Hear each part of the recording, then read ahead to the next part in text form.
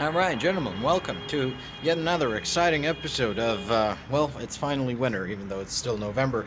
And today we're going to have to talk about the air war in Ukraine because there finally might be movement on that front. For starters, let's discuss what has been happening with the air war in Ukraine.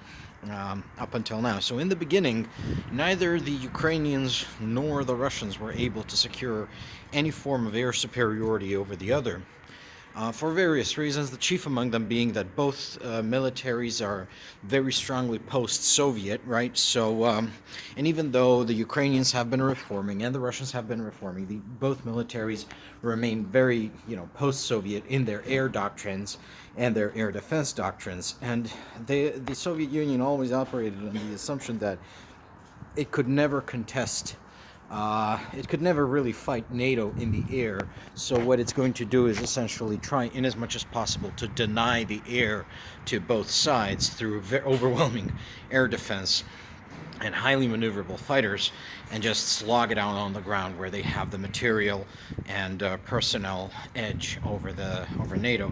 That was a theory. In practice, this was never really tested because there was never a Warsaw Pact versus NATO peer conflict that ever took place outside of Korea.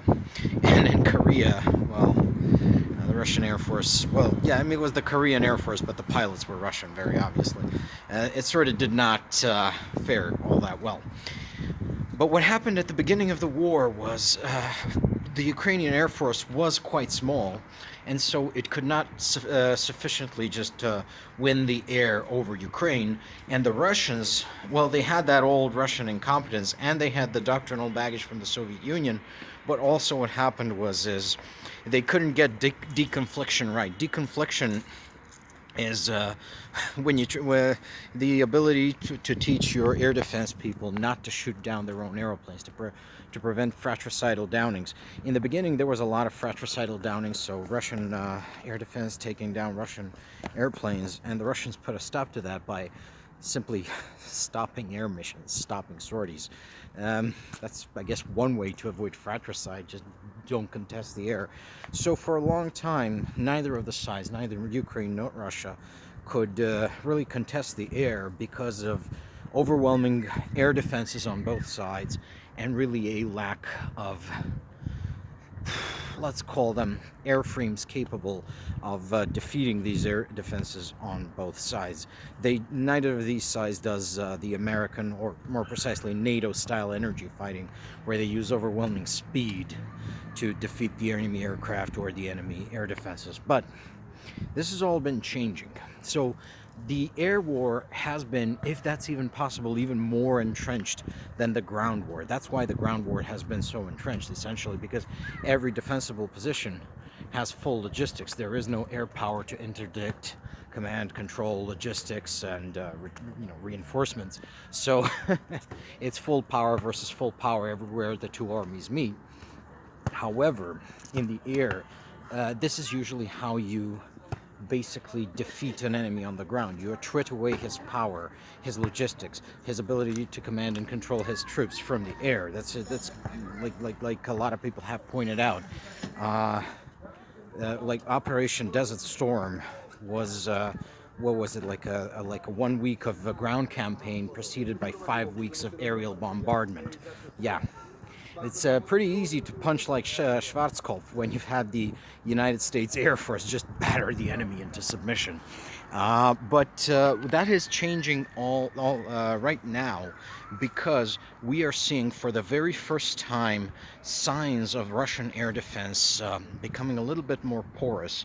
And this has been done primarily through tying up its resources all over the vast territory of the Russian Federation. Now, when it comes to air defense, you could say maybe defense in general, but air defense in particular, the larger the territory you have to defend, the more systems you have to commit.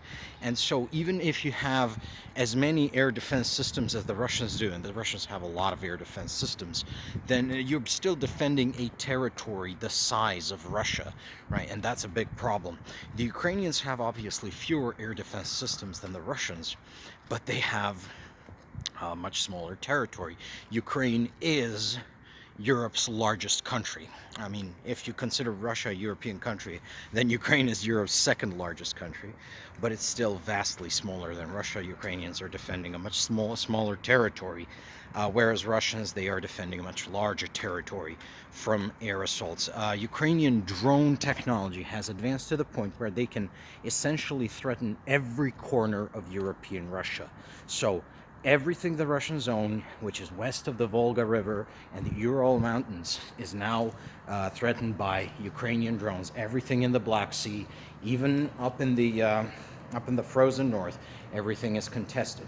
Now, the Ukrainians have been using drones, long-range drones, to attrit away Russian air defense systems, and that has produced some attrition in these systems. Like it's nothing spectacular, but you always read these reports of there's at least 2 per week of, oh, Ukrainian drones hit that air base in Crimea and took out one Buk system or one Pantsir system or one S-300 system, or they destroyed an anti-air radar in Crimea. They destroyed an anti-air radar in Belgorod Oblast. This is all Russian territory, right?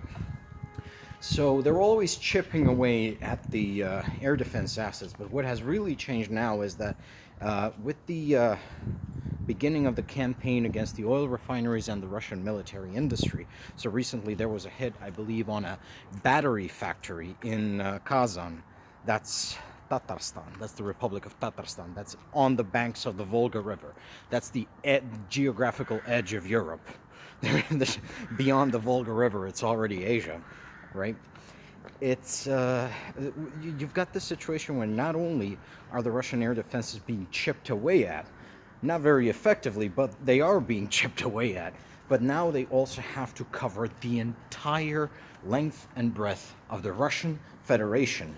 And if they don't, then Russian industry suffers, Russian oil refining capacity suffers, Russian ammo dumps suffer. You recall the attacks by the Ukrainians on the Grau arsenals, which are massive strategic ammo dumps for the Russian Federation.